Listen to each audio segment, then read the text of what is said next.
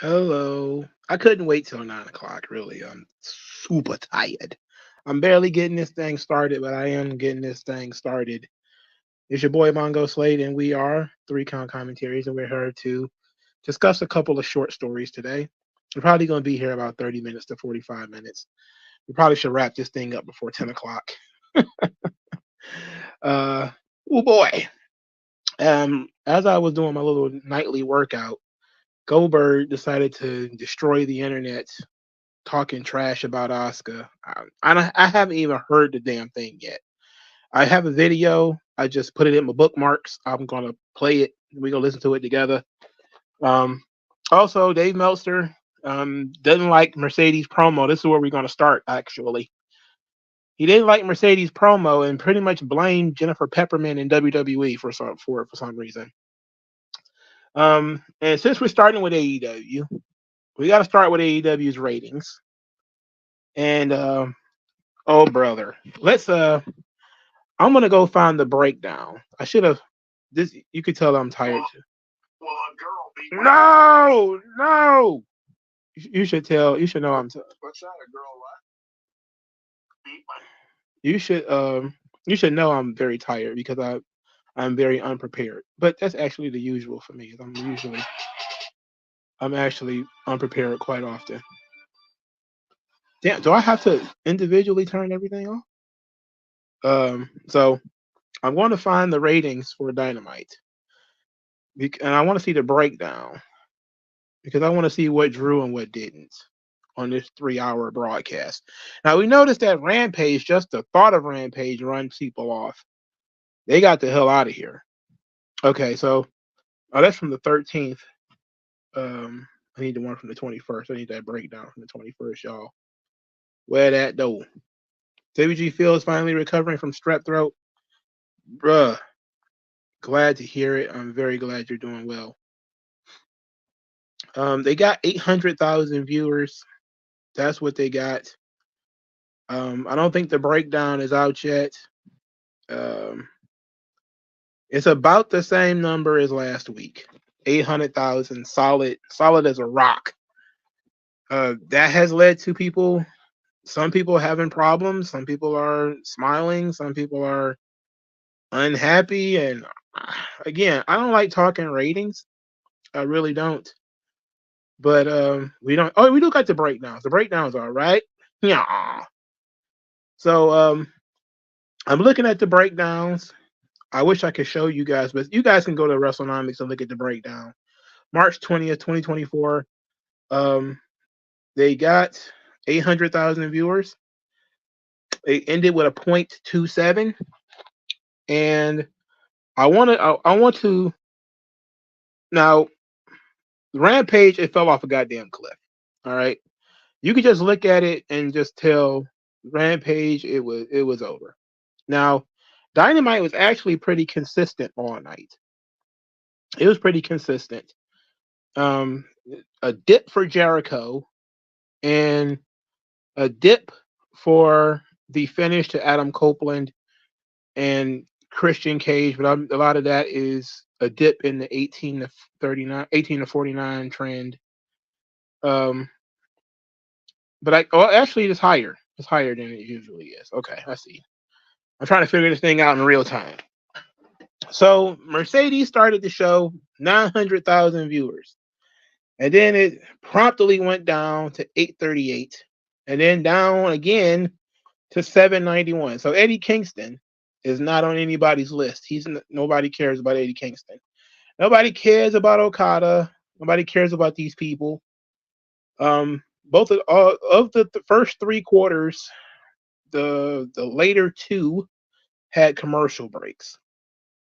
Jericho versus Hook killed in the ratings and went down to 735.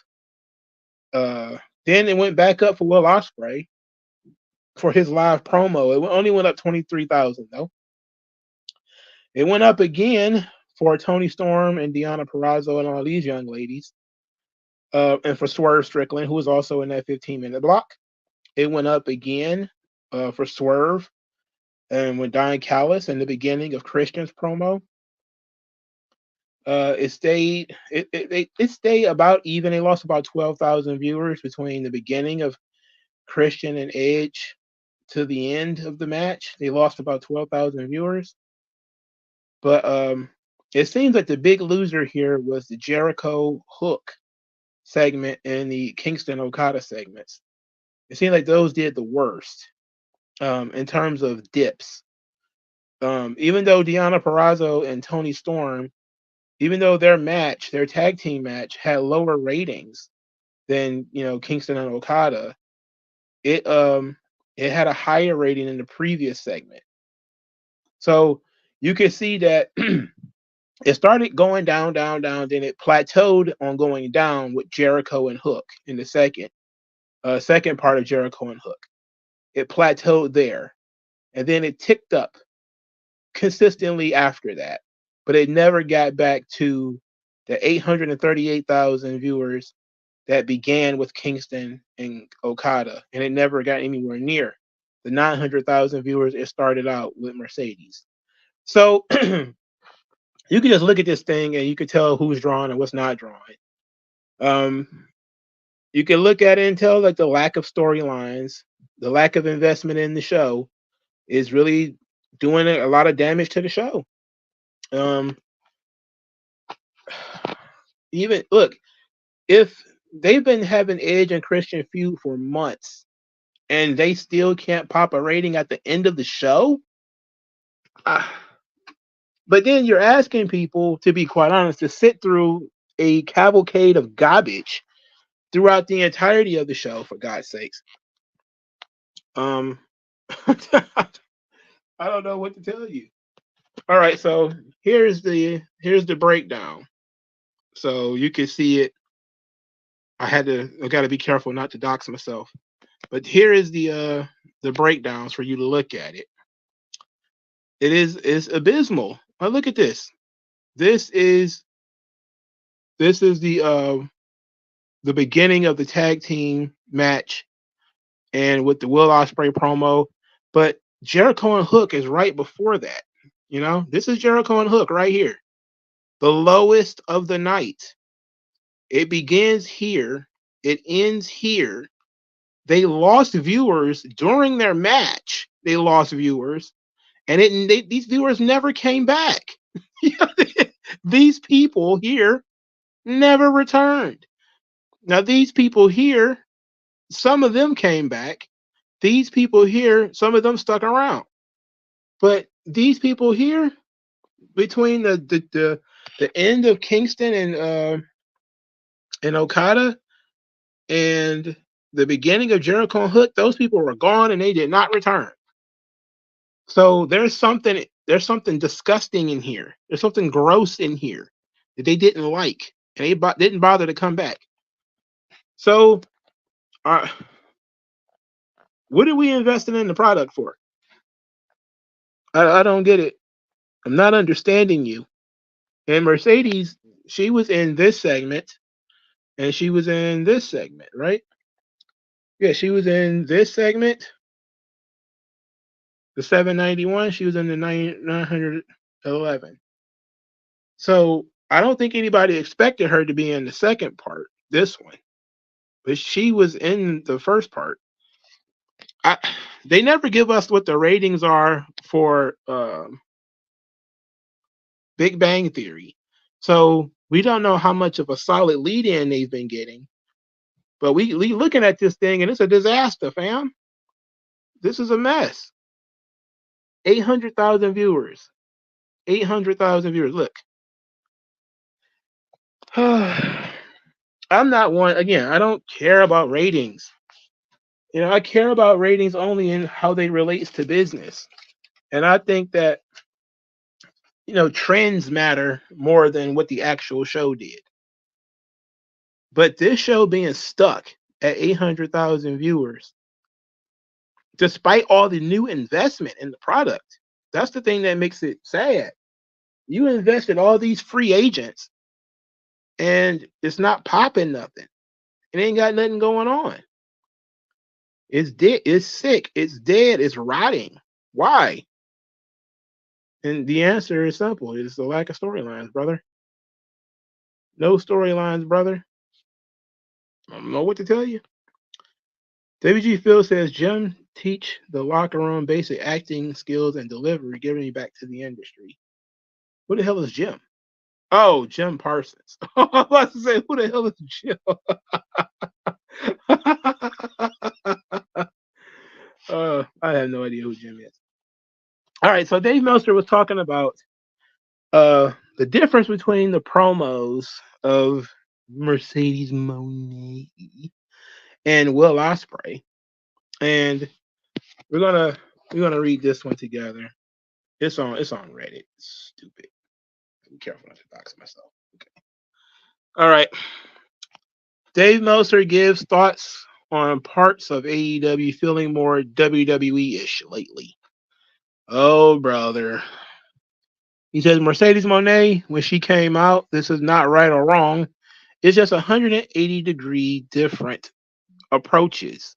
Mercedes came out and the whole segment to me felt like WWE, which is not a dirty word. It just felt like WWE. She's out there doing her dance and doing her very practiced ring entrance, and she's doing a WWE promo with trying to hit certain words and everything. Very scripted like WWE. Of course, Jennifer Pepperman, former WWE writer, probably wrote this promo for her. I'm watching this going like, this feels very WWE. Very produced. Well, she pitched to a vignette. So yes, it was very produced. she pitched to a vignette and she had to hit cues. Look, here's an interesting thing. Sasha Banks, one of her complaints in the past, I remember this, and I forget where she was talking about this. I don't know if it was Steve Austin's show or somewhere else, but she at one point complained that they didn't have enough time to rehearse their matches. And they like to be very thorough and go through their whole everything from the entrance to the between the bell stuff and everything. So apparently I don't know if this is how they were taught to do it or this is just how they like to do it, but apparently she's one of these types that likes to have things micromanaged. She feels comfortable knowing what's going to happen, knowing what to say, and she wants to be an actress. Why wouldn't she have a scripted promo? She wants to be a goddamn actress. Isn't that what we were told were part of her contract? Is that she wants opportunities and Warner Brothers discovers movies and TV and film. So of course she's gonna have scripted promos and everything. I forget when it happened though. I think it was some WWE show. It was several years ago actually. She was bitching about how she didn't have enough time to rehearse her matches. I forget who her opponent was too. But she also complained about that in NXT too, that the boys was using the ring too much and they couldn't, rehearse their matches. And I was just like, rehearse the match? What do you mean? Like I know some guys they walk through things, but for God's sakes, is this Othello? Are you doing Macbeth in the ring? What are you doing? What's taking so long? I don't know, man. She's a piece of work. But yeah, she's another Cody, She likes to have certain things put together a certain way, and I'm not surprised by that. That's the system that she was raised in. That's the system she became successful in.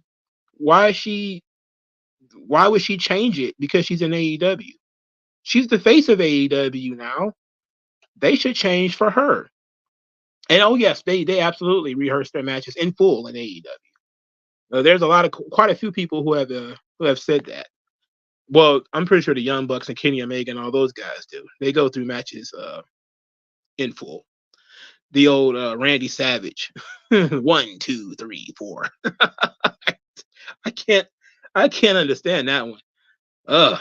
I was shocked to hear the Undertaker actually had rehearsals, but I don't think he goes, 1, 2, 3, 4. Because I remember he got pissed when DDP tried to do that. So it's probably not going to be scripted from beginning to end, but pretty much everything that involves Mercedes is going to be very well coiffed and put together, and that's what she feels comfortable doing.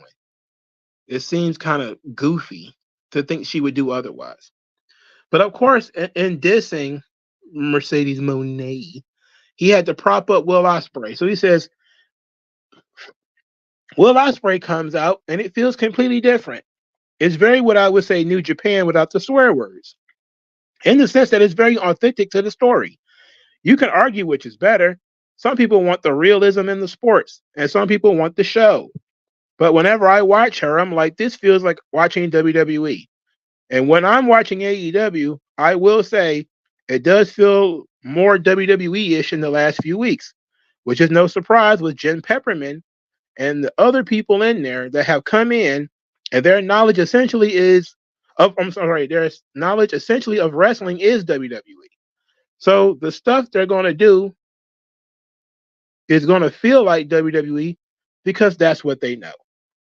So he's already preparing his audience to turn on Jennifer Pepperman, turn on Mercedes by just saying the only thing they know how to do is WWE stuff. And it won't be long before this becomes a regular talking point. They did the same thing with MJF. Now, I've been pushing that MJF video back day after day after day.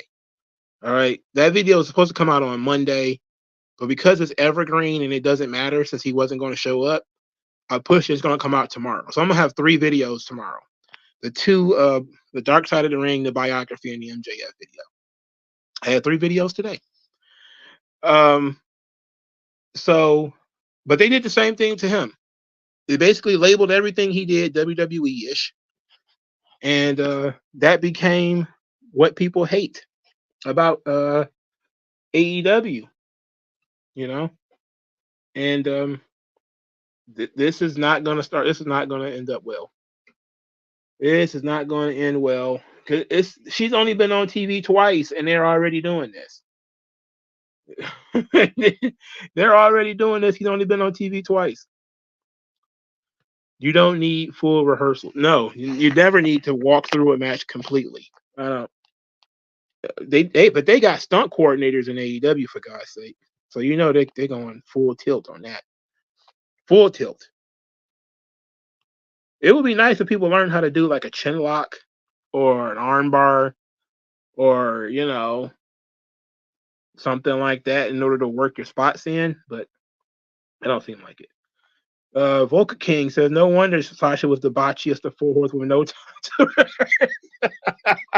to The craziest thing is, even if you assume everybody rehearsed, for some reasons, her botches were far more obvious than everybody else's. So even if everybody had full rehearsals, walking through matches or whatever, how was hers this way? How did it end up that way? And when it comes to people like Ricochet and Will Ospreay, you could tell their matches are very well rehearsed because they have routines in them, for God's sake.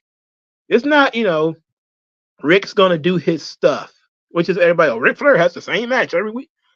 Rick has stuff that he did not foresee everything he did was going to be recorded and put into a compilation tape or DVD or something like that, where people can compare this match with, Wyndham, with this match with Sting, with this match with this guy, and then everybody would notice it's the same match. I'm pretty sure if he would have known that, he probably would have did it something a little bit different. But he was like, people say like he had the same match all the time. It's like because Flair didn't put everything together. He just had certain things that he wanted to do. And he did his spots every match. Every match, Ric Flair's going to go to the top rope. The babyface was going to catch him and throw him off. He was going to beg off. He was going to do the Ray Stevens bump on the corner, flip over, take a clothesline or a drop kick or something like that on the ring apron, take a bump. He was going to chop his opponent, chop, chop, chop, chop, chop. Then he's probably going to take 3 or 4 punches and then do a Flair flop. I mean, there's certain things that you just know are going to happen in a match. It's just about how are we going to get there. And then there is legitimately, I'm going to script everything from headlock to pinfall. That's nonsense. Why would you do that? WG Phil, now AEW fans are hoping Sheamus, Seth, and Drew leave WWE this summer. I don't think anybody's leaving. I know Sheamus is kind of like, I think he's injured though. So they might actually like add Sheamus time to Sheamus's career or his contract because he's injured. Um, I don't know. I thought Triple H and Sheamus were buddies. Now everybody wants Sheamus to leave. AJ3 says, whatever happened to Will Washington? I yet to hear his resume of creativity that worked in AEW. Good question, because I have no earthly idea what that numbskull does either. And he's been there for a while, and I haven't seen anything that looked like that has changed with the product. I thought he was there to help with continuity and stuff like this. It's worse than ever. That's why I say, like last night, I was asking the question, like, since when is only one of his belts on the line? What since when is only one of the Continental Crown belts able to be defended at a time? Isn't that a continuity error? Because he's been walking around with 3 belts this whole time, and there's title matches where all 3 belts are held up. So I don't know what happened to the ranking system. Isn't that a continuity error? They said the ranking system was coming back, and then that's gone. I'm not saying that the ranking system was good. I'm saying you said the ranking system was good, and now we're stuck with this. You dig?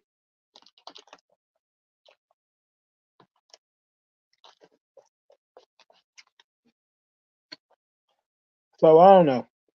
Kind of weirded out by all of this. Dante Jenner says, I'm glad I wasn't the only one who thought her promo was very WWE-ish. I like Mercedes, but she's not the superstar that TK and the IWC think she is. Well,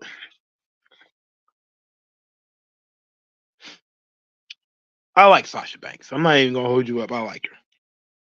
I've always liked Sasha Banks. I just never liked her attitude.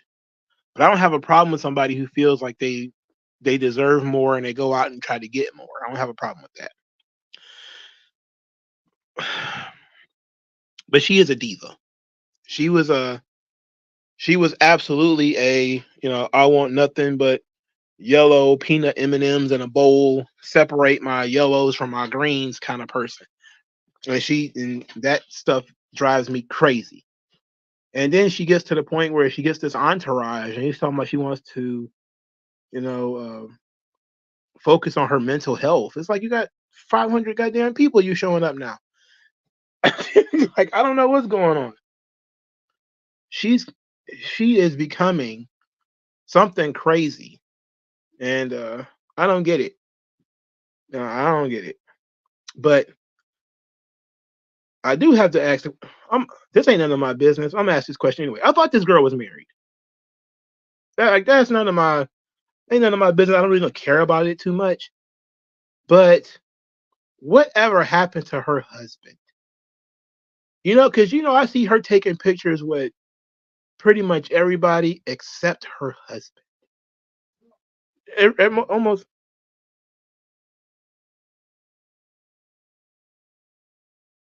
pretty much everybody around here taking pictures with her, from Kalisto to random Japanese and Mexican wrestlers.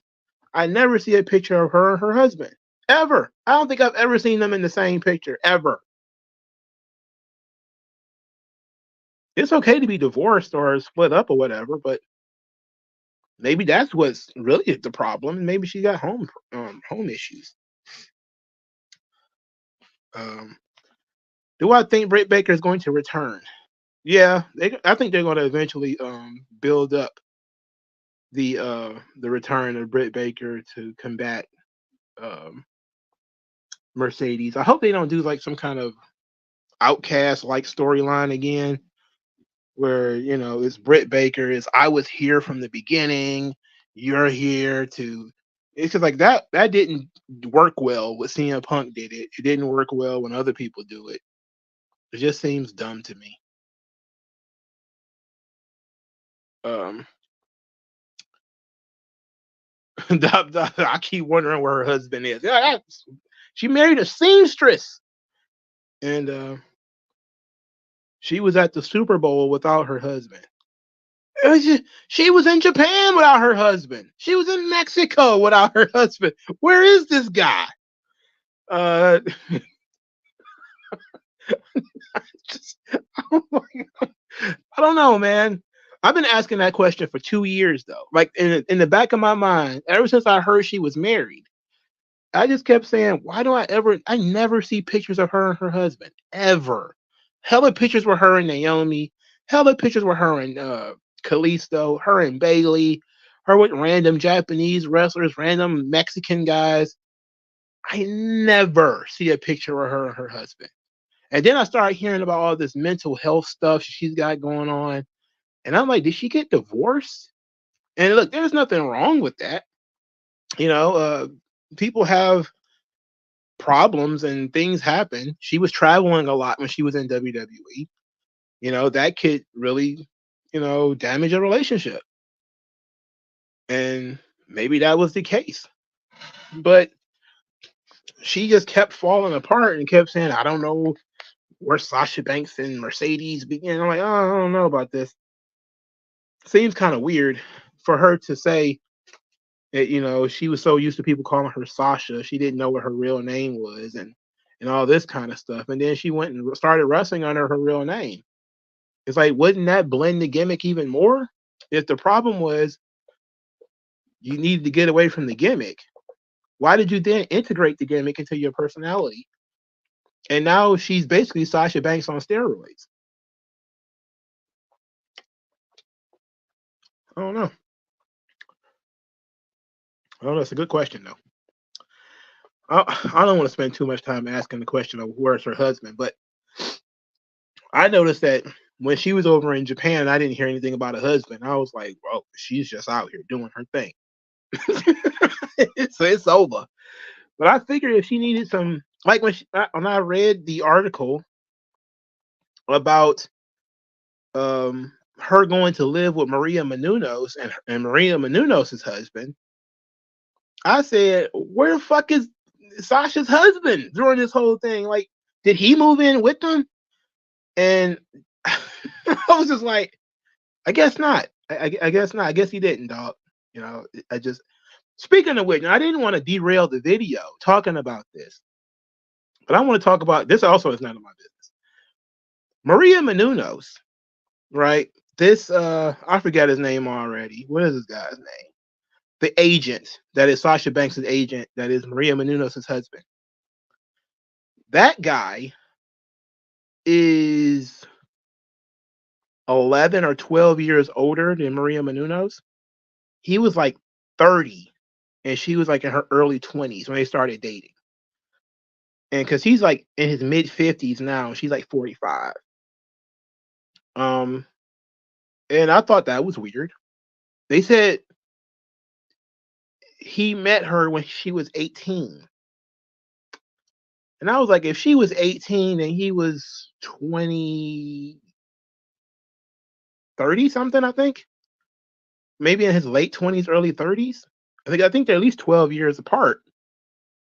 And I was like, because I remember reading that and it was just like, I gotta ignore this. I can't mention this. I'm not even a big age gap guy. But I'm sitting here like, that's a pretty big gap, dog. But hey, it's working out for him, I guess. Anyway. Steve Picon, so how much do you know about other people's spouses? Why fixate on just her significant other? What do you mean? Why am I fixating on her significant other? I just asked the question, where's her husband? Would you go to Japan or Mexico without your spouse for months at a time? No. Would you go live with a bunch of other people without your spouse? No. It's a question. Especially since she said she's struggling with some personal issues. That could be a personal issue that she's struggling with. And it's just an aside. It's not really like a thing I want to spend too much time on. Maybe they did break up. I said, like, hey, divorces are tough. It's a difficult thing. Sasha hasn't Me Too'd her husband, so he should be doing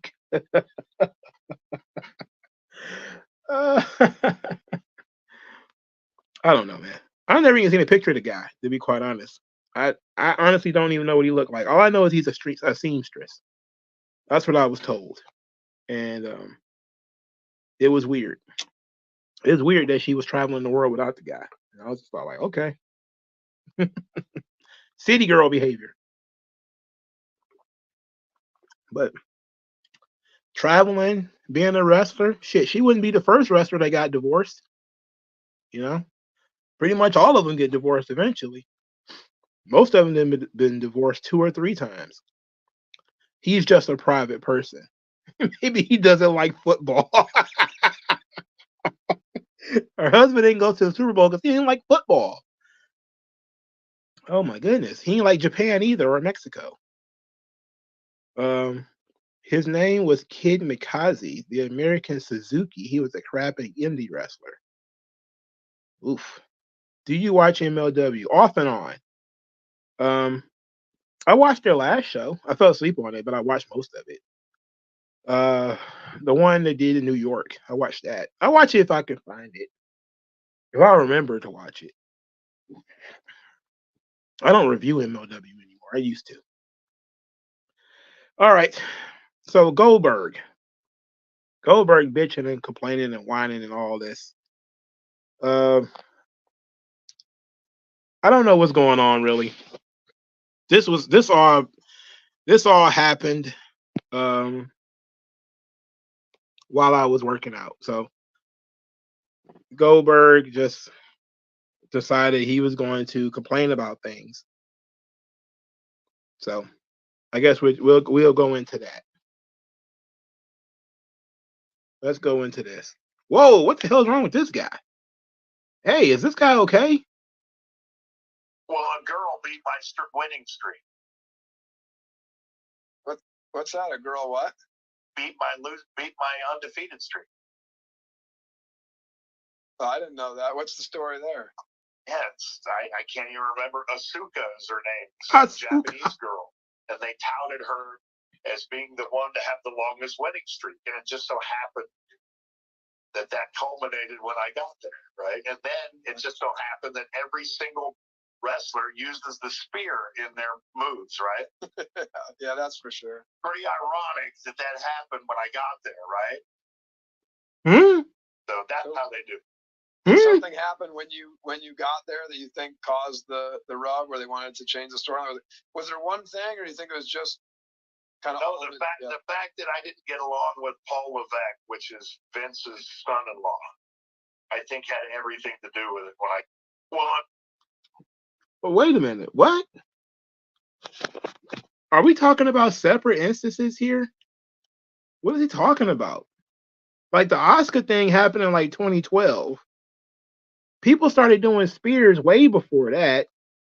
You know, Rhino used to do the spear. He did the spear in the 90s.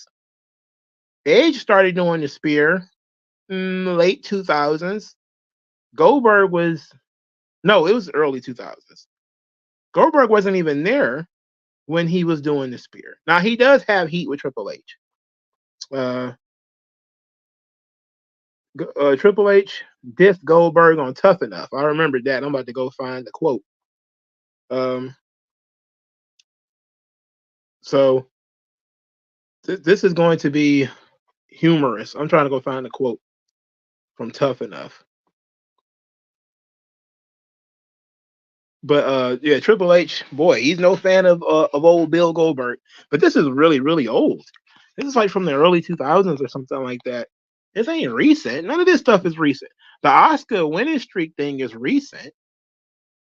But Goldberg, as I put on the thumbnail, he was okay with Asuka having the winning streak when it happened, which was, well, how long ago was that? 7 or 8 years. Asuka's been in WWE for quite a while now. It was in 2017, so 7 years ago. He didn't seem to have a problem with it then. So what's the problem now? He thinks that somebody is out to get him. That's paranoid stuff. How many concussions has this guy had? You know? Stop being paranoid, Bill. They're not always out to get you. That don't mean they like you though. Here's Triple H and Tough Enough. This was before Goldberg came in. I think this was when did this happen?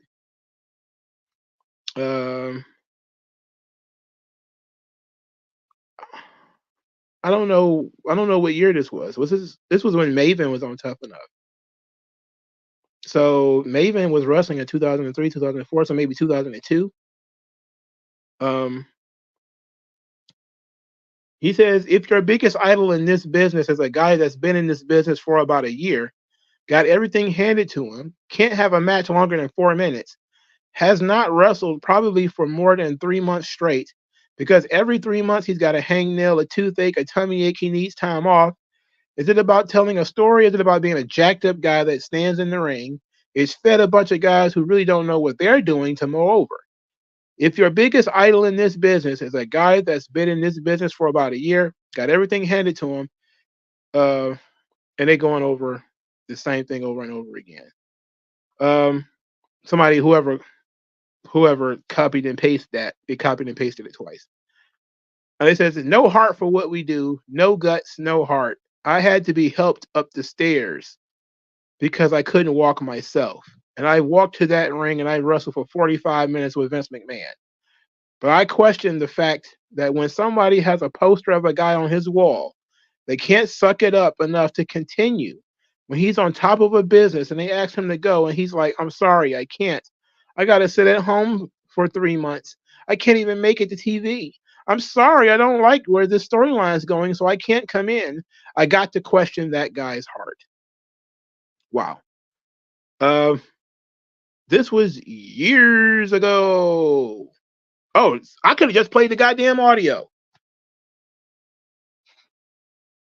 Biggest idol in this business. Oh, see, look, now you wanna do this. This how you want to treat me? This how you want to do me? You know what? Fuck you too, guy. You piece of shit, you. Let's see if it'll play if I go to Twitter.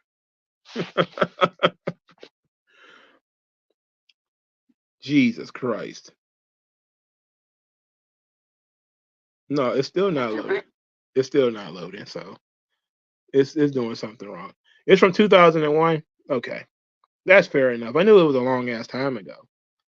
So it was before Goldberg even came into WWE. Oh boy, no wonder. No wonder this thing ain't going well. And it's also probably why he didn't get his final match that he has been running around talking about. Vince owes me a retirement match. Vince can't get you a retirement match. Vince barely got himself in this joint right now. Have you not noticed that my man is kind of clammed up at the moment? He can't help you. You're crazy.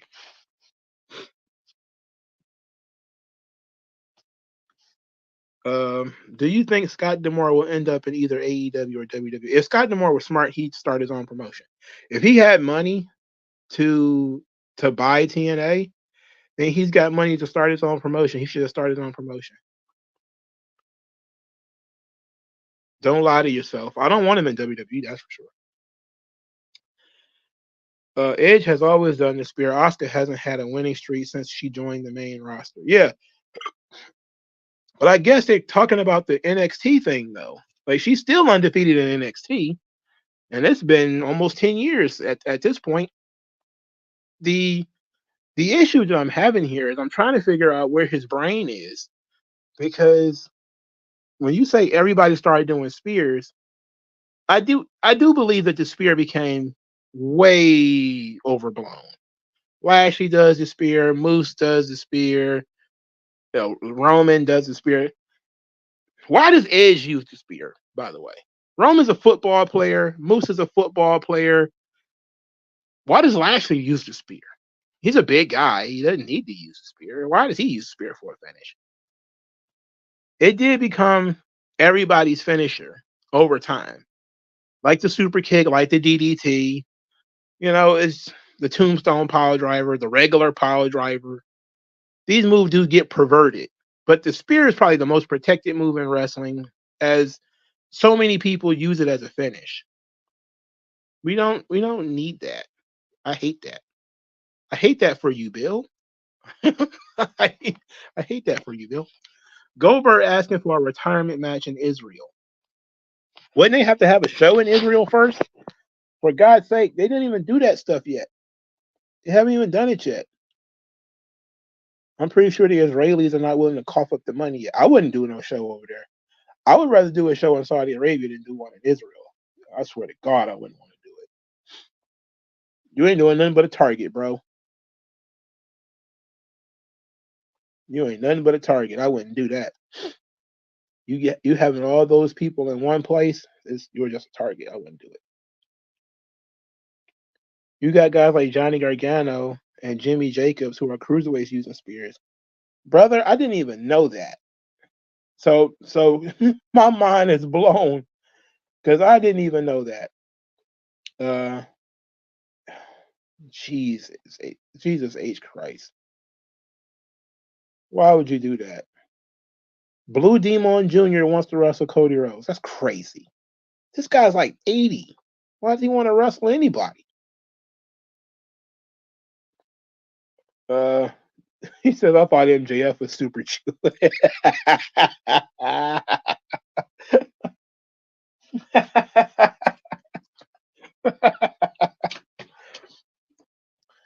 Yeah, well.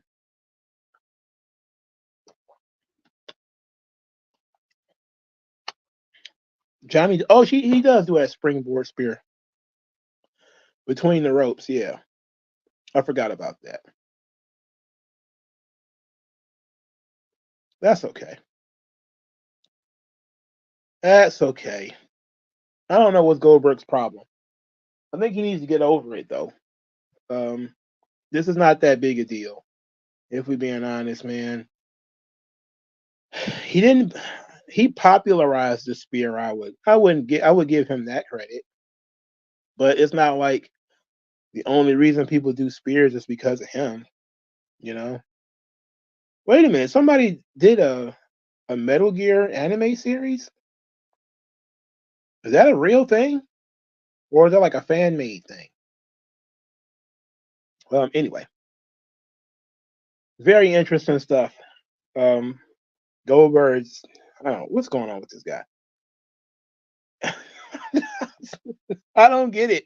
I'm very confused. It's kind of stupid to me. It's very stupid actually. Why would you do that? Why would you go on TV or do an interview and complain about that?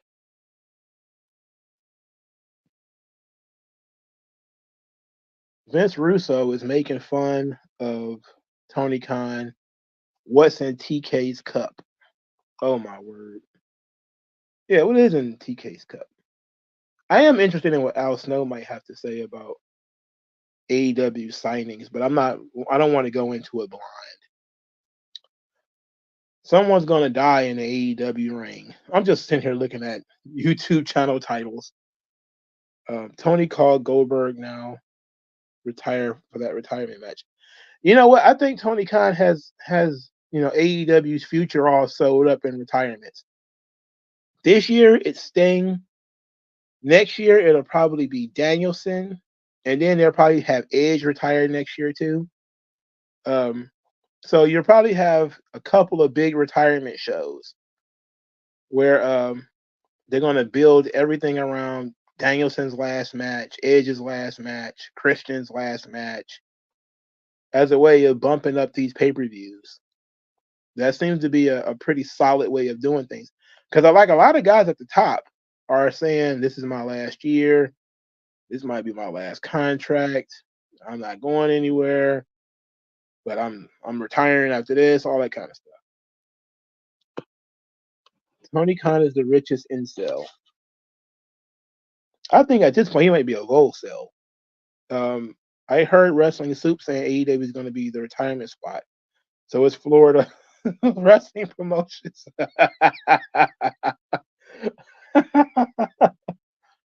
I mean, If it keeps your business alive, I'm not saying don't do it, but I'm saying they gave Sting some kind of huge contract so that he wouldn't leave after retiring. So I don't know what he does exactly. I don't think anybody knows what he does exactly. I'm pretty sure he doesn't even know what he's going to be doing. He's just hanging around downtown by himself. You don't like how Sting dissed TNA? Well, you got to understand, man. Nobody likes TNA. Even half the dudes who left TNA doesn't like TNA. There was something about that company that just rubbed people the wrong way. They don't even ever want to go back. Um, they just never want to go back. I'm like, damn, that's sad. Because TNA has so much history, but all of their, I don't want to say all of their great legends, but most of their legends have disappeared and left and have no interest in returning ever for any reason. They don't care about the Hall of Fame. They don't care about nothing. They just TNA was a time and then they left. And thanks. AJ3 says, I really do miss 5-minute matches over 20-minute matches. How come no one does it anymore? Because Vince is gone. Vince was like, man, get these matches out of here. Let's let's wrap this up. You look at WrestleMania 1, and a lot of those matches are 7 minutes, 8 minutes, 6 minutes. Andre the Giant and Big John Studd was like 5 minutes, thereabouts. The women's match was longer than that. I know this because I looked it up for the video on Ronda Rousey. I was like, I knew there was a women's match on that show. I knew there was Wendy Richter and Fabulous Moolah, but I forgot to mention that their match was actually longer than Andre's match with Big John Studd. And both matches was less than 8 minutes. And nobody cares. Nobody asked the question of how long the match should be. So, I do want to watch Xena Warrior Princess. Where would I watch that? That's what I want to know. Where would I watch that show? Bra and panties matches need to make a comeback. I forgot to make a point when I was talking about that too, and how the bra and panties match is it's the tuxedo match. So even all these things that were supposedly horrible for the girls, it all started out as an incarnation of something that the men were doing.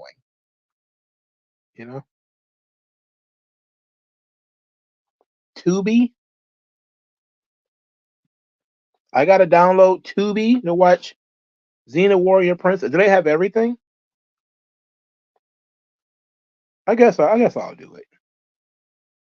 Because I've been wanting to watch that show for a while. That and Hercules. They got Hercules too.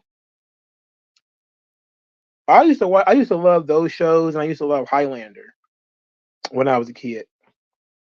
But I never got around to watching them as an adult. Not all the way through.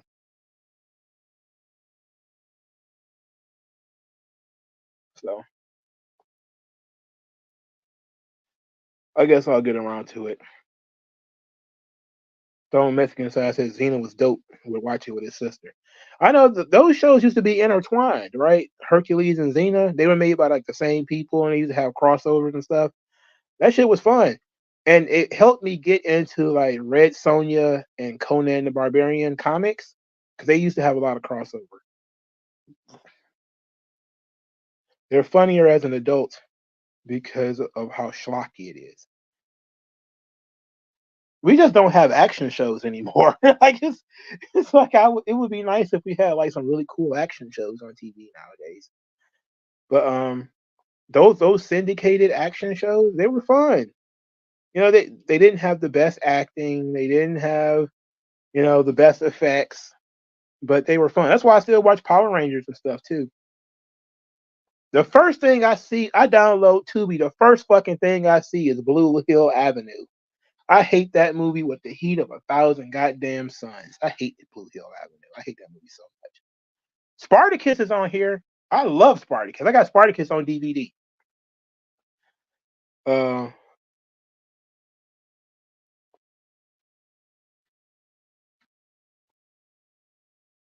goodness. Oh goodness. Hitting those guts. Oh boy. Sounds professional.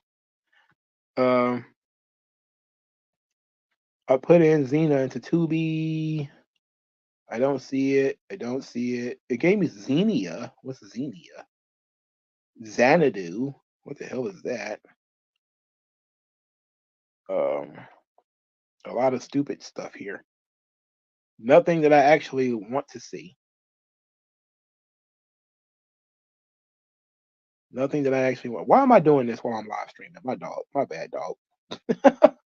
Apparently, WrestleMania 41 will be in Minnesota. Maybe Brock's last match. You know what? That probably would be cool. That would be cool. You know,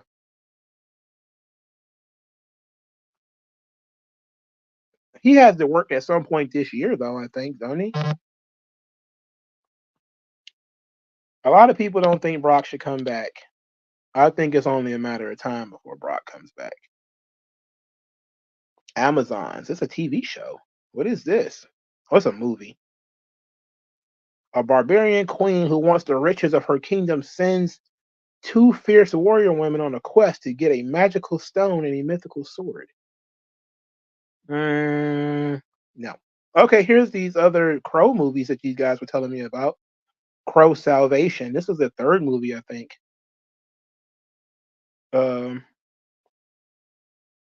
That looks like it's got Kirsten Dunst in it. Oh my good God. Oh good God.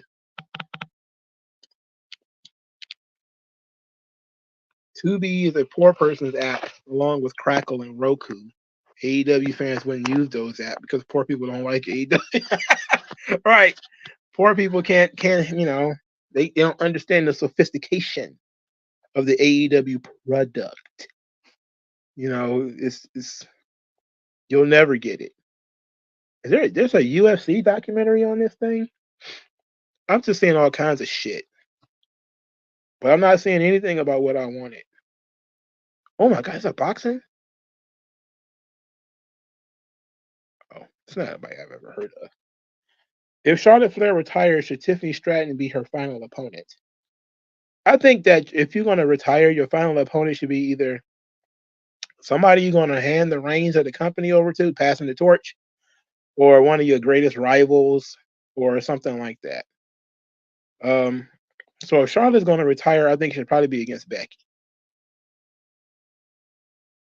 The Legend of Tarzan. I didn't even watch this movie, and it's on Tubi. Maybe I'll watch it. I didn't watch it. It got Samuel L. Jackson in it, so I kind of want to see it.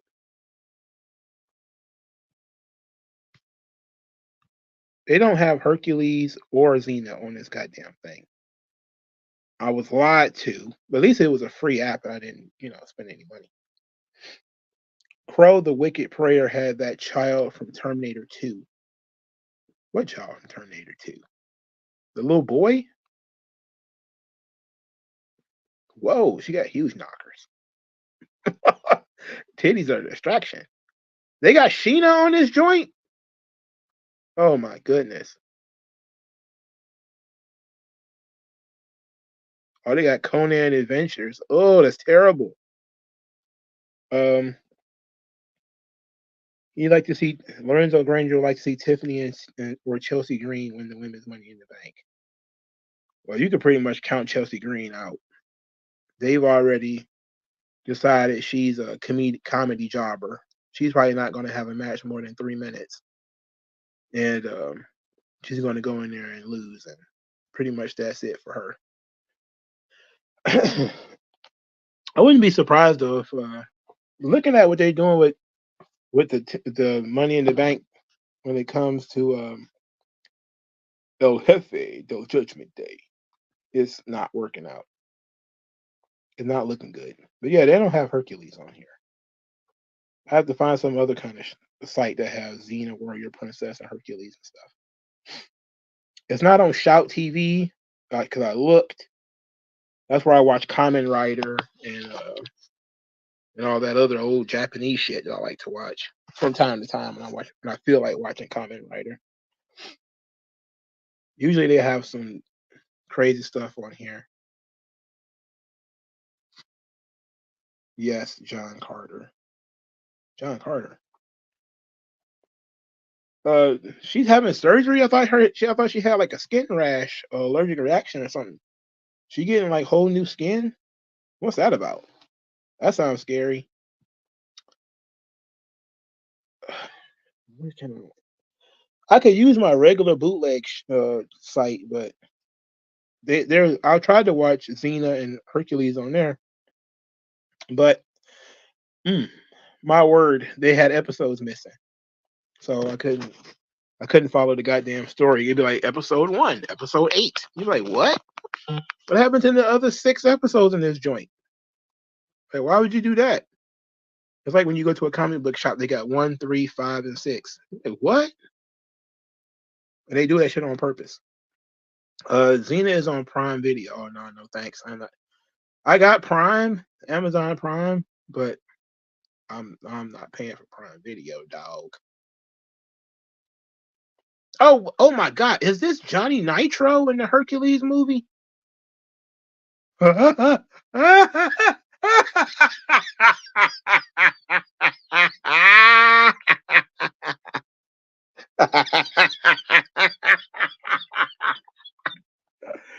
Holy shit! Holy shit! It really is him.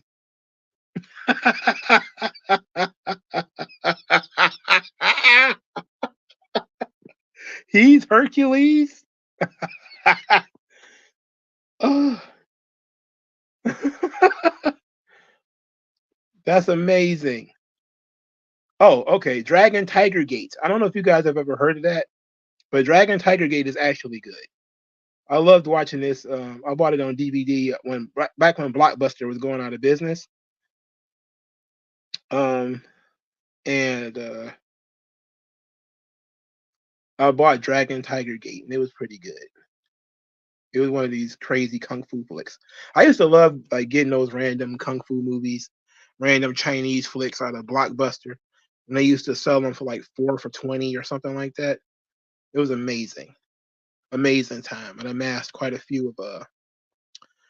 collection of films. Have you seen the City Hunter anime? I know it's very long, the City Hunter anime. I didn't watch it though. I just found out about Space Cobra because nobody told me about it. So I went and I've been watching a couple of episodes of that. So that was fine. John Carter is the Crow 4. Okay. I'm not even sure what that means.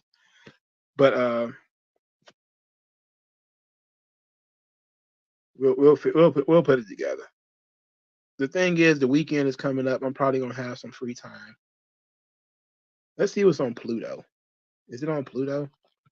It's a fun anime. Go 13 is also a good spy anime. I watched the movie of Go 13.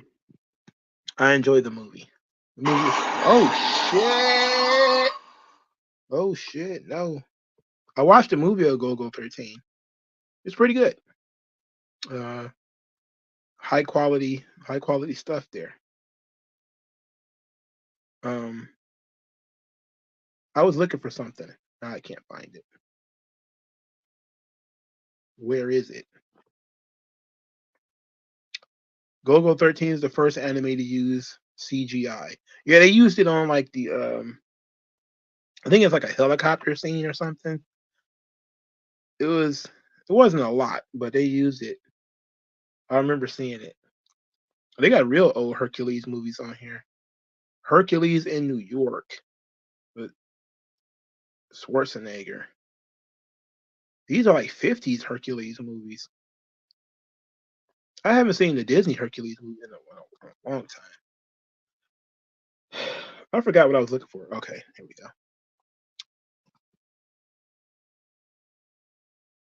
Yo, have I heard about Solo Leveling? I used to read the manga or the manhwa on a site. I haven't watched the anime though. I heard the anime is pretty good. I used to read it and I kind of lost interest in it. But whenever I'm reading them, like Tower of God, I love Tower of God. I started buying Tower of God though, so I stopped reading it. But it takes forever for these things to come out. Hercules in New York was so bad it's funny. He literally says no man is stronger than Hercules. No man is stronger than Hercules. Rice on your face. Have I seen Bible Black? No, I haven't seen Bible Black. You say it's a classic? Oh, I've never heard of it. Usually, if it's a classic, I've at least heard of it. Maybe I can find it to watch it, but at least I've heard of it. I'll check out. I'll check out the maybe one episode or so. Tower of God manga is good, great, but the anime is bad. Is it just like bad animation or is it moving too slow? What is it? Because the structure of the manhwa is very slow.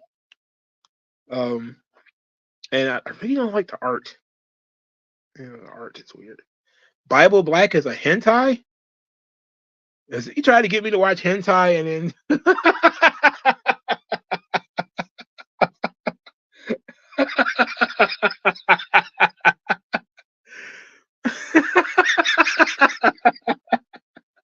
I was wondering why I never heard of it. I was like, I never heard of Bible Black. What's that? He's gonna have me looking it up too. I almost did it. Why they suggest Blue Hill Avenue? Didn't I say I hate this movie? Don't suggest Blue Hill Avenue to me. I hate that damn movie.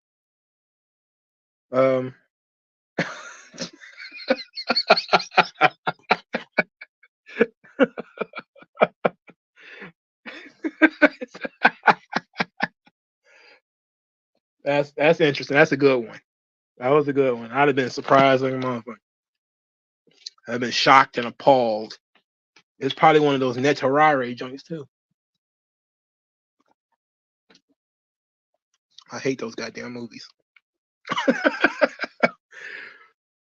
Oh, it moves fast and it skips stuff. A lot of the stuff with how they explain the magic system within the tower, the sensu and all that, that's kind of slow. So if that's what they were skipping, fine.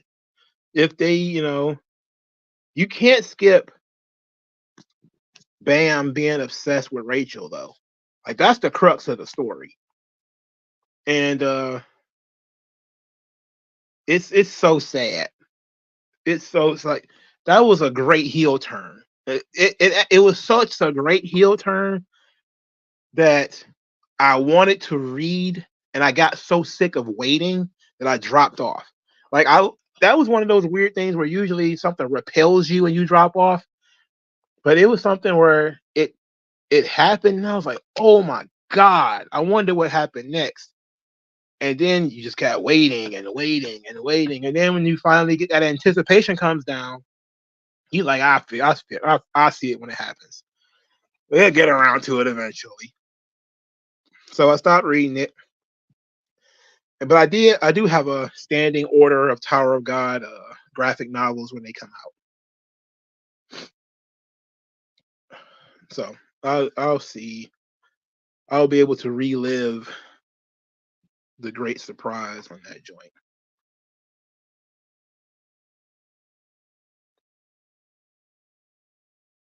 Oh, they got Batman. Mississippi Burning is crazy. That's a crazy movie, dog. What's my thoughts on the Ghost in the Shell animated series?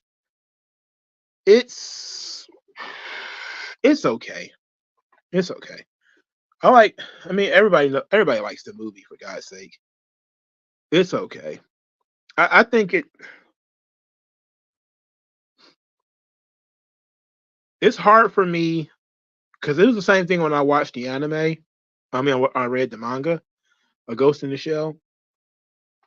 It was it was hard for me to, well, for starters, they changed the character of the major a lot. So it was a lot for me to take in. But it took some time it took some getting used to. Did you hear about the original Crow director slamming the reboot? Yeah, I did. I heard about that. I don't They're gonna do it anyway. I mean, it's already done. There's nothing you could do about that. But I think they're trying to do something a little bit different with it, you know. So I guess we'll see how it turns out. I I am not watching X-Men. I know a lot of people have said it's good, you know, don't let the small changes that they've made turn you off. It's a good show. I've heard about that, but I say like there's too many times where I have invested myself into these shows and maybe not the first episode, maybe not even the second, but we eventually get around to it. And you invested so much time and energy into this stuff, and next thing you know, you kicked in the balls with something stupid. Oh, Outlaw Star is tremendous. Oh, Outlaw Star is absolutely fantastic. You just, it's all good. The only problem I had with Outlaw Star was the ending. That was the only problem I had with it. Have you seen that Brandon Lee movie with Dolph Lundgren? I think it's called Showdown in Little Tokyo. Also, avoid all reboots or reimaginings. I probably have seen it, and I don't remember it. That sounds like something that would have come on in the middle of the day on a Saturday that, you know, a bored manga would have watched. Because I used to love Jackie Chan movies. They used to come on for the same way. It would come on around when wrestling was on. And if my friends weren't outside yet, I was in the house watching Jackie Chan movies. It's a 10-episode miniseries. We'll probably go walk around episode 5. Yeah, that's why I say like I'm gonna wait until the whole thing is over, and then I'm gonna see if I'm gonna watch it or not. Because too often these shows they wait, they hold on to it, and then once you've gotten to watch it and they got everybody talking about it, then they start dumping all the woke shit in it. I mean, they're very smart in that way now, smarter than most people think. Stone Mexican last says the ending of Outlaw Star was okay. He got a robot girlfriend. We all need robot girlfriends because women are terrible and annoying. Um, was Melfina a robot at the end, or did they make her into a real girl? I think they turned her into a real girl at the end. Did I hear about the Candace Owens interview on The Breakfast Club? I heard about that. I also heard about her Joe Budden appearance. Both of whom got a lot of people all upset. And I don't know, man. I think some black people are scared of Candace Owens, and I don't understand why. She's smart, but she's not that smart. You know, she's sharp. I like that she's aggressive, but sometimes she's too aggressive and she's wrong. The thing is that, you know, people are just scared of having their opinions challenged sometimes. The X-Men writer said his experience as a gay black man. Oh yeah. My experience of getting bent over sinks helps me write this show. Yeah, no, thank you, sir. She stayed a robot. She was a robot at the end. Wait a minute now.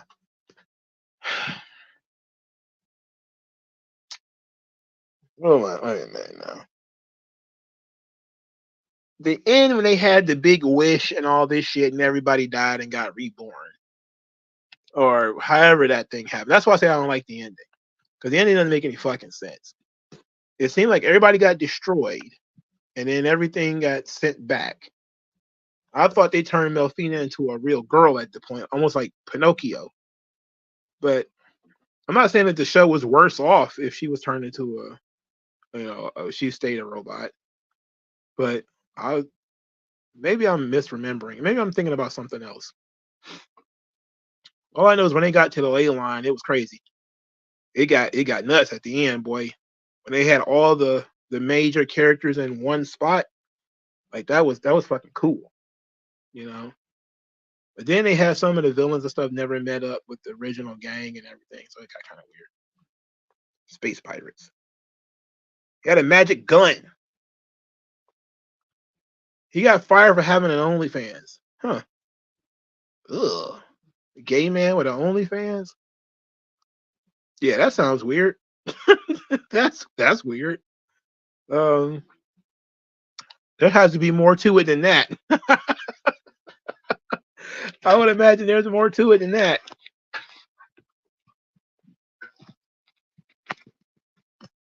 Gay black man with an OnlyFans. What a creep. Yeah, they gonna spring some woke shit on y'all in a minute. It's gonna be episode 4 or 5 or something like that. I also heard Invincible came back, but they went on that hiatus, and that pissed a lot of people off, and they never went back. I'll wait till they're done doing whatever it is they do, and then I'll come back and go back and watch Invincible. I've been wanting to read the comic series, but it comes across as very edgelordy, where people's heads are bursting just because heads can burst on the panel and stuff. White powder, black power. What the fuck? Oh, Al Prophet. Oh, he dropped stuff on YouTube all the time.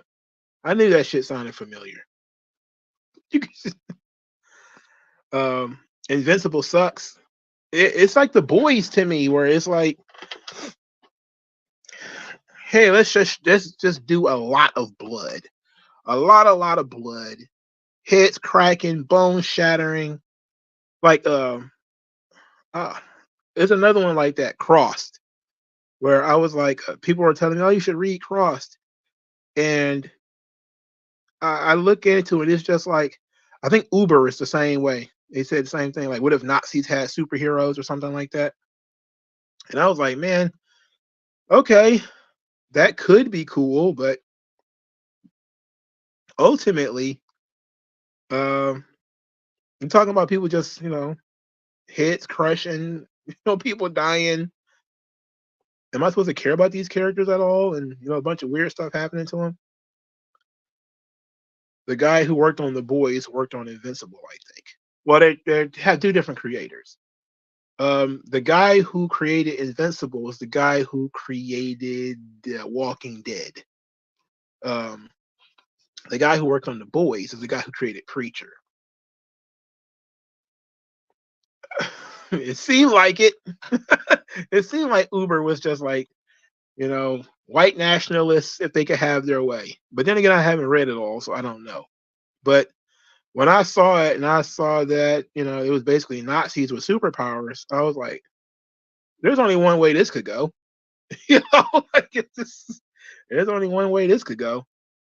And I don't know if I want to be the one that's going to be okay with that.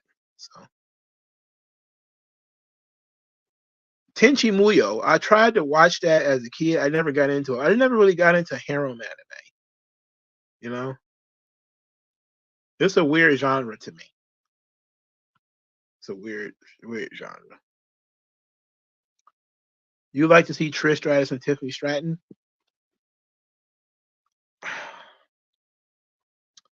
If Trish Stratus was to come back, there's quite a few people I would like to see her work with. Tiffany Stratton's one of those people, absolutely. So I can't say anything negative about that. I would like to see that. What is going on here? They got some really nice old movies here. I'm still flipping through Tubi while I'm talking to you guys. Oh, I've already been doing this thing longer than I planned to. I said 45 minutes. I've already been out here an hour and 15 minutes.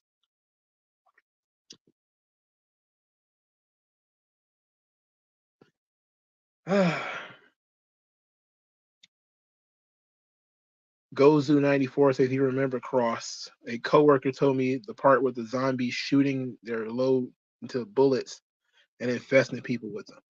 Man, I've seen people post panels out of context, and sometimes it makes me interested in seeing things, but it also occasionally makes me never want to read it ever. And Cross is in the latter part. It's the same thing with Uber. Like I've seen those things posted out of context and said basically, I don't know if I ever need to read this, you know. Plus, I'm not really a blood and gore kind of guy. It's okay in movies, but in comics and stuff like that, it could be a bit much. But I do like crime and shoot 'em ups and stuff like that. But weird premises like, hey, what if Nazis had superpowers? Have I read any Razorfix book? No, I have not. I was actually considering ordering one of his books. So I was actually thinking about it, but I never got around to it. So I never read one. Has any of you actually read any of his books? I haven't heard that much about them. I haven't heard they were bad. I haven't heard they were good. I haven't heard anything about them. But I guess that's a good thing because I hear too much about the shit going on with Eric July stuff. It's constant. It's every day. Did I get vultures? I did not. Um, I don't want to listen to Ty Dolla Sign. You know, I don't know why Kanye would do an album with that guy anyway. It seems weird that he would do that.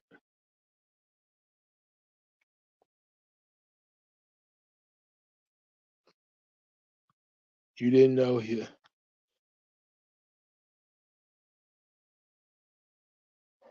If you like the genre, people say it's good. Eric July stuff was okay, but nothing offensive justified the reaction to it. Yeah, my whole thing is at worst it's bland, which I think is probably the best um, response to it. Is it's not worth the money that you spend on it. It's like $50 or something like that, $35 or something.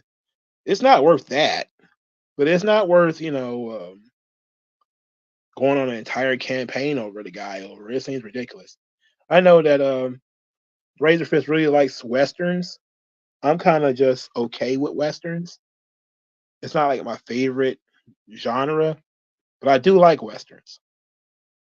So maybe eventually I'll get around to seeing it. Eric July's trailer for Yaira was awful woke shit. It's a female protagonist. So it's probably just on that. I haven't seen it though. Again, I said after I bought Isom 2 that I wasn't buying any more of those books. Usually I give those guys 2 of them. I gave your boy Zach, I gave him 3, maybe 4. 'Cause I like Jawbreakers, the first one. I like the second one too, and I got the third one just to finish the set, I think. And I got Iron Sights. So I think I finished the Jawbreakers joint. At least I think I did. I'm not sure if I did or not. Which goes to show that I probably didn't.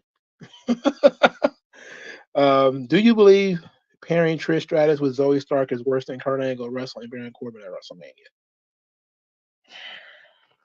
No, no, I won't say it's worse. I would say as bad as, because at the very least, Trish didn't lose a match to Zoe Stark, but you can tell that she clearly was supposed to be, you know, the launching pad for Zoe Stark to go to the next level, but it never happened. It just never happened. They have a Glow documentary on here. Interesting. Maybe I'll check this out. I'll put it on like a waiting list or something. Cyberfrog is fun. I'm not gonna read it, Ethan Van Stuyver book. I'm straight. He has made me like actively not like him.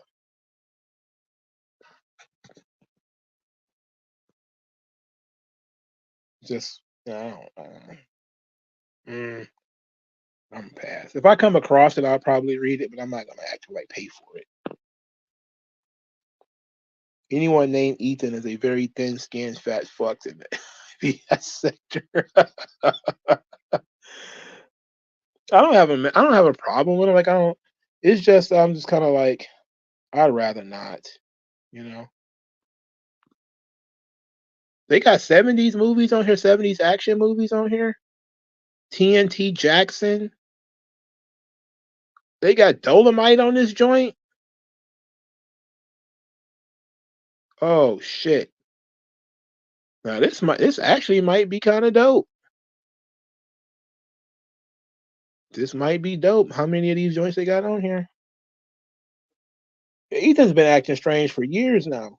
It's not. So I'm kind of gonna give him some space. I'm gonna go ahead and give him some space.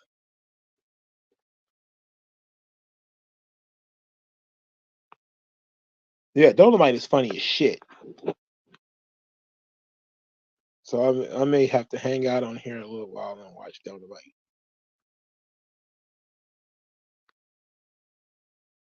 I'm still flipping through Tubi. I don't know why. Jason and the Argonauts, pretty good visuals for a 60s movie. I just passed that movie up too and saw it. Sometimes I'll have that desire to go watch a 60s movie, but usually if I do, I end up watching like Bullet or the Thomas Crown Affair or something like that. And then that usually does it. Maybe I ought to branch out.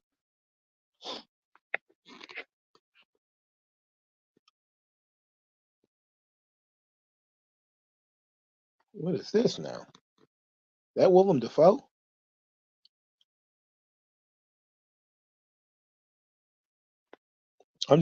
Mean Streets is a really good movie. Mean Streets is dope. Reservoir Dogs, dope. Raging Bull, extremely dope. When he found his wife was cheating, that shit popped me huge pop. I saw Dolomite with my first black girlfriend's dad. He sat me down and says, "I'm going to show you some real gangster shit."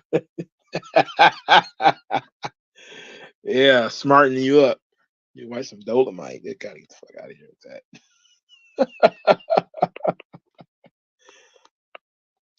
My dad likes these old movies. These are the movies where he was a kid, and occasionally I would watch them. But I really just like old movies because I like the old style. Ultraman is a crazy franchise, man. That and Kamen Rider, what a crazy franchise. Oh, didn't old boy ask me about the Train Rangers? I finished the Train Ranger series. Um, man, that shit was entirely wrong. It was too long. I think there was like 47 episodes in that series. It was too long. But the latter part was actually interesting, you know, when you had the Red Ranger turned into the Black Ranger, and you know he had the sparkles and everything all over him.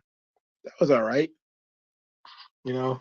It's the duology, the dichotomy of dark and light, and then he embraced the darkness, but there was no way you can defeat darkness with darkness, you know. So that wasn't going to work out for him. So I did like that. Ethan had a rough childhood. Oh, well, that's just too bad. I'm sorry to hear that. He's 45. Oh, yeah. Well, that sounds about right. Have I seen Streets of Fire? Yes, I did see that. Streets of Fire fucking rules. It's a very simple story. It's a let's go get the girl, and they go beat up a bunch of people, and um, bad shit happens to folks. It's very fun. It's extremely simple, and it's and you can if you watched it, you would absolutely know that it's like Double Dragon, and that whole genre was created off that movie. You can just look at it and tell, and it's very fucking cool. They got Wicked City on this joint. I remember trying to find that joint on DVD. I got it eventually. But yeah, Wicked City is crazy. Astro Boy was fun to watch as a kid too.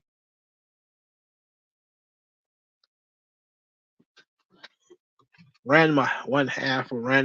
That used to piss me off. I used to hate that show so much. That was before I even knew what propaganda they was trying to dump onto us. Even all the way back then. Kite is fun too. I got both the Kite joints on DVD. Lupin is a tremendous franchise. I suggest everybody gets into Lupin. I like Lupin so much. I got two manga and the anime, and I didn't get any of the anime series, which I should have gotten. Appleseed is also a tremendous franchise.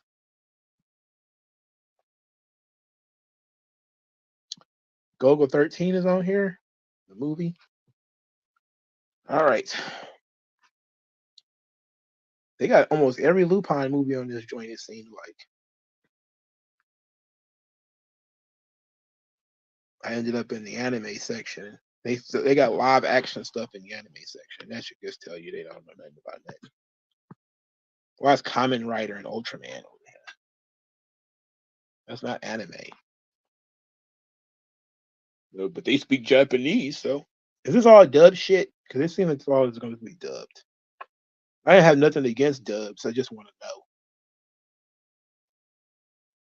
Speaking of, there's a thing here called Blue Seed, but there was an anime when I was younger in which it was called Blue Seeds or something like that, and it was about the guy who, like Fry from Futurama, he was locked in like frozen in or whatever, and he ended up in the future, and there's bugs that took over the planet, and he's scared to death to fight these bugs. He doesn't need like a mech suit to fight them.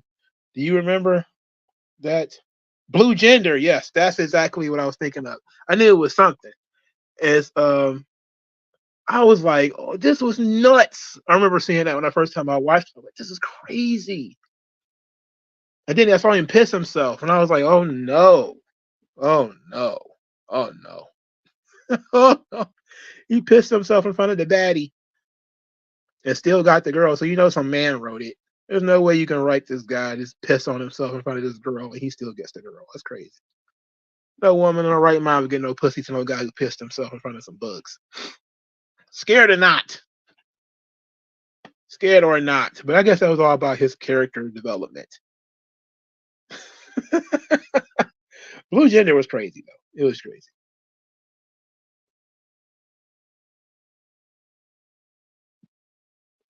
They were at like a world ending situation, so I guess I understand it, but they started my man out in the hole crazy. He was scary, he was just a big old pussy. That's one thing about Japan that they tend to do is they put the hero in the hole, man, they mean it. He is weak, he's whiny, it's terrible. And then eventually he grows out of it. But you gotta get through all of that. Yeah, you gotta get through it all. Y'all done got me talking about Blue Gender. I damn near want to go watch it. But I remembered it out of nowhere though. They got Batman in adult animation. Batman is not an adult animation, I promise you. It's DC. It has very little coarse language.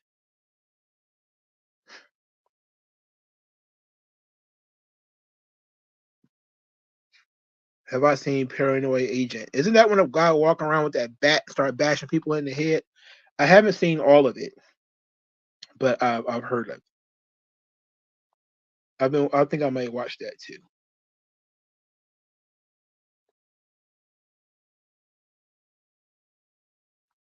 Might have some time in my hands this weekend. I don't think I'm gonna go get my comics this week. I think I'm gonna wait till next week. All right, so Paranoid Slugger, yeah. Paranoid Agent, I mean, yeah. I saw that on Adult Swim too. When I didn't understand it, but it was Batman. Uh, it was like the Dark Knight, Batman and Robin, the recent Batman animated movies from like 2011 or 2012 or something like that. Not the animated series. That's like literally for children. Even though you can enjoy it as an adult. I don't know why Japanese started that shit. But all the pro tags are crybabies and wimps. It's one thing for them to probably not be good at whatever you're asking them to do, or for them to be hesitant. But for them to be like wimpy and whiny and they're pissing themselves, it was crazy. The best Adult Swim anime was Bobo. I don't know. I know what I hated though. I hated Fooly Cooley. I couldn't stand that show. I hated that show so goddamn much because I didn't get it. I still don't understand Fooly Cooley. I didn't understand it at all. It pissed me off so bad.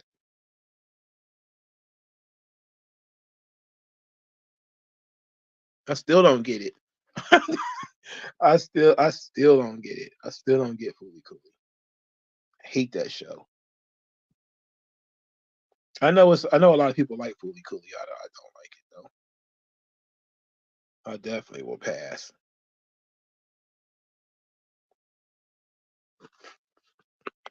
I just didn't get why she kept getting hit with a guitar or some shit like that. I'm like, why is this happening? Like, why is crazy shit growing out of his head? Like, what the fuck?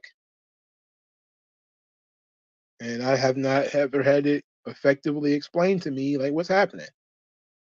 So I was like, I'm good. Maybe it was my passive watching of it. I had to sit and let it wash over me, but I'm like, nah,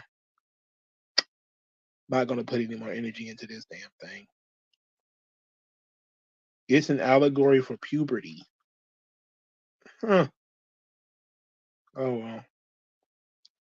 I missed it. Oh shit, they got Friday Foster? Okay.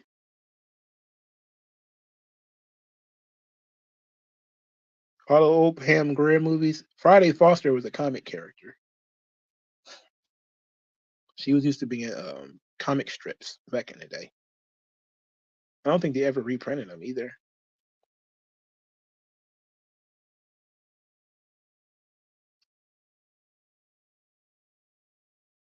Oh, Bucktown is a terrible movie. Black Gun. Oh hell yeah. I'm certainly watching Black Gun this week. You should see Space Dandy. Space Dandy. I think if I remember Space Dandy correctly, I didn't like the art style. It was like JoJo, where it didn't really catch me on art. And JoJo, Baki the Grappler. Even though I watched some of the Netflix Baki the Grappler, I really don't like the animation style.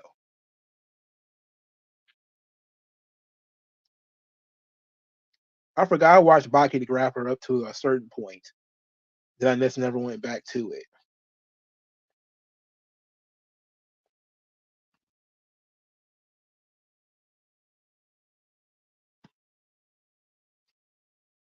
Very unfortunate on my part, I guess.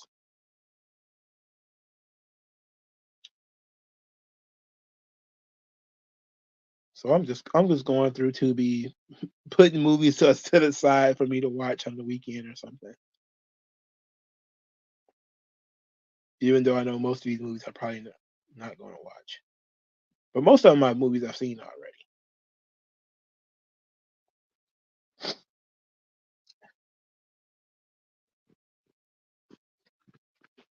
But I might want to watch again at some point in time. I decided to rewrite one of my stories too, and I've been working on that. I still don't have a laptop, so I've been doing it in my free time at work. I'm pretty sure I'm gonna get fired for it, but I don't care. I'm kidding though. I'm probably gonna get fired. They probably just asked me to stop doing it. They had another Dick Tracy movie? That's a 1945 Dick Tracy movie. That's crazy. They got a Maltese Falcon movie too. 1941. That Maltese Falcon is a crazy book. I'm pretty sure if I brought it up to my dad, he'd probably know it. Probably know all about it. All right. Thank you guys for stopping by. I appreciate it. You guys kept me around longer than I planned to. But eventually, we must say adieu. I'm about to give it to my Kenny Omega. In any event, thank you guys for your time, y'all. Y'all have a good night. And I'll talk to you guys later. Peace out. Oh, shit.